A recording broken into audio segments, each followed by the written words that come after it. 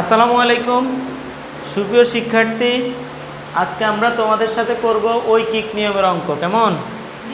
ঐকিক নিয়মের অঙ্ক তো বেসিক ধারণাটা তোমাদের আছে। ধরো এখানে লেখা আছে 7 কেজি চাউলের দাম 280 টাকা। 7 কেজি চাউলের দাম কি 280 টাকা। তাহলে 1 কেজি চাউলের দাম কম হবে না বেশি হবে? 7 কেজির দাম যদি 280 টাকা হয়, 1 কেজির দাম কম হবে না বেশি হবে? কম হবে। কম হওয়ার কারণে কি 280 ভাগ 7, 280 ভাগ, এটাকে কি ভাগ চিহ্ন বলা হয়, এটাকে কি বলা হয়? 280 ভাগ 7। যদি বেশি হতো তাহলে আমি লিখতাম 280 গুণ 7, 280 গুণ 7। উপরে নিচে মানে ভাগ, উপরে নিচে মানে কি এটা ভাগ, এটা বাহ্য, এটা ভাজক। 280 ভাজ্য আর 7টা হচ্ছে কি ভাজক। এই প্রক্রিয়া যদি বসানো থাকে অঙ্ক বুঝবা, উপরেরটা বাহ্য নিচেরটা ভাজক। উপরেরটা এই প্রক্রিয়া থাকলে বুঝবা উপরেরটা বাহ্য নিচেরটা কি হরটা বাহ্য, হরটা লবটা বাহ্য আর হরটা হচ্ছে ভাজক। লবটা বাহ্য, হরটা ভাজক। তাহলে 15 কেজি চাউলের দাম কম হবে না বেশি হবে? বেশি হবে। ওই কারণে 15 280 গুণ 15, 280। ঐকিক অঙ্কের নিয়ম কি বেশি হলে গুণ হয়, কম হলে কি হয় ভাগ হয়। ঐকিক অঙ্কের নিয়ম বেশি হলে গুণ হয়, কম হলে কি হয় ভাগ হয়। তাহলে 1 কেজি চাউলের দাম যদি 280 ভাগ 7 হয়, 15 কেজি চাউলের দাম কি হবে বেশি হবে। তাহলে 280 গুণ 15, 280 গুণ 15। ঠিক আছে। এই এবার দেখো, এবার আমরা ভাগ করব মানে কাটবো। এবার কি আমরা তাহলে 280-কে 7 দিয়ে ভাগ করা যায়?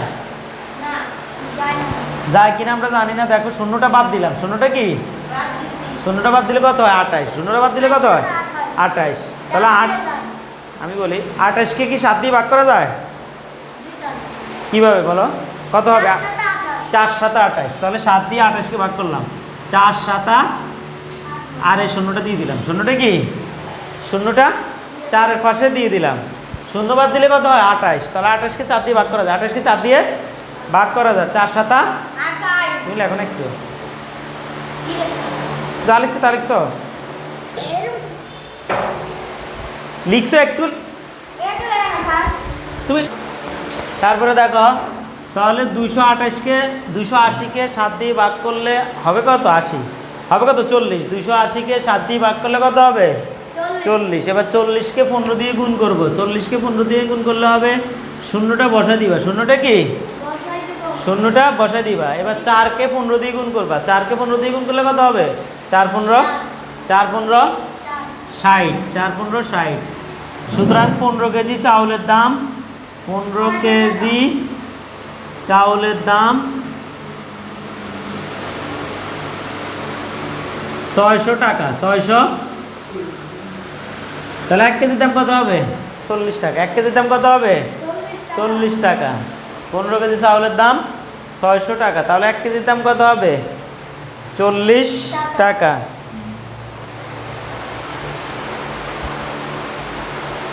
তার 2 নংটা দেখো, এটা 1। 2 নংটা দেখো, এখানে লেখা আছে একটি ছাত্রাবাসে 50 জন ছাত্রের জন্য 15 দিনের খাদ্য মজুদ আছে। ওই পরিমাণ খাদ্য 25 জন ছাত্রের কতদিন চলবে? ধরো 1 বস্তা চাউল 15 দিনের যায়, 50 জনের যায় 25 দিন, আর 50 জনের চলবে 25 জনের চলবে কতদিন? 50 জন ছাত্রের ওই খাদ্য যায় 15 দিন, 25 জন ছাত্রের কতদিন চলবে? অবশ্যই বেশি দিন যাবে।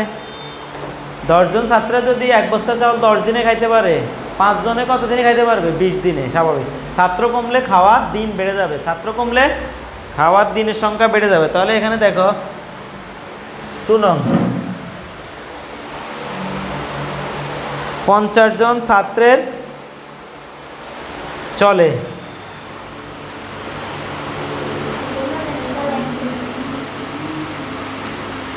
এটা তুলবা। ছাত্রের চলে কতদিন লেখা আছে 15 দিন।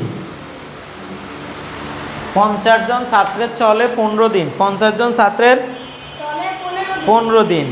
সুতরাং একজন ছাত্রের চলবে কতদিন? একজন ছাত্রের চলবে বেশি দিন না? বেশি দিন না কম দিন? ধরো 1 বস্তা চাউল 50 জন ছাত্র 15 দিনে খেতে পারে, তাহলে একজনে কি বেশি দিন খাবে না কম দিন খাবে? 1 বস্তা চাউল 50 জন যদি 15 দিনে খেতে পারে, একজনের আরো বেশি দিন লাগবে না? একজনের আরো বেশি দিন লাগবে না? তাহলে বেশি মানে গুণ, বেশি মানে কি 15 গুণ 50, 15 গুণ 50। ওটা 7 কেজি চালের দাম 280 টাকা, 1 কেজির দাম আরো কম।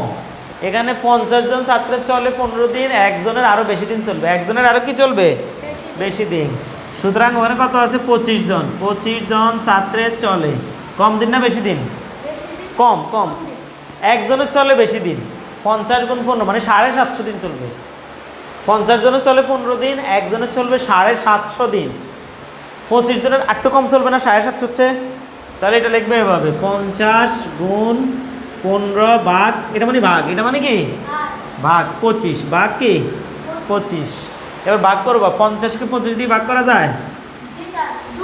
হ্যাঁ, 25 একে 25, 50 দুগুণে 25 দুগুণে 50, 25 একে 25, 25 দুগুণে 50, তাহলে 15 দুগুণে 30, 15 দুগুণে 30 দিন, 30 দিন। তাহলে 25 জন ছাত্রের চলে 30 দিন।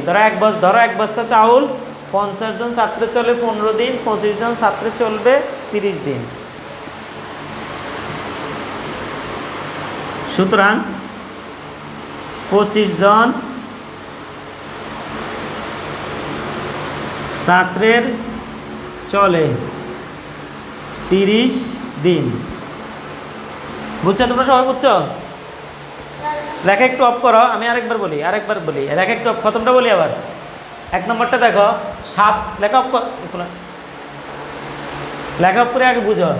7 কেজি চালের দাম 280 টাকা। 7 কেজি চালের দাম কত? তাহলে 1 কেজি চালের দাম আরো কম, ওই কারণে 280 ভাগ 7, এটা মানে ভাগ, এটা মানে কি ভাগ।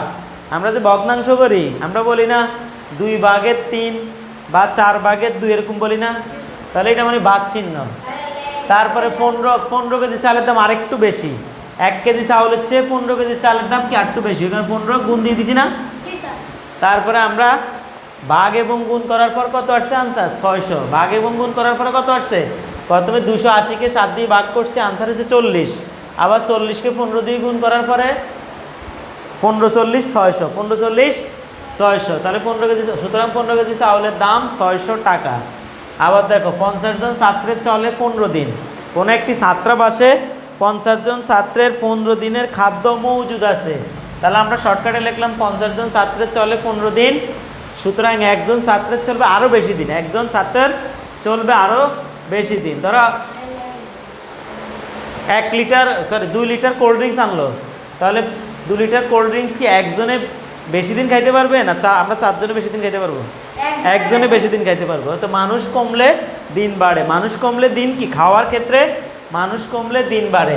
তাহলে 25 জন ছাত্রের চলবে একটু কম, ওইখানে 25 নিচে, ওই কারণে 25 কি নিচে। কম মানে নিচে, আর বেশি মানে গুণ চিহ্ন দিয়ে। কম মানে কি গুণ চিহ্ন, কম মানে বাঘ চিহ্ন দিয়ে বসাবা, আর গুণ হইলে বেশি হইলে গুণ চিহ্ন দিয়ে কি বসাবা। তাহলে কাটাকাটির পরে 25 দিয়ে কাটলাম, 25-কে 25, 25 দুগুণে 50, তার 15 দুগুণে 30। সুতরাং 25 জন ছাত্রের চলে 30 দিন।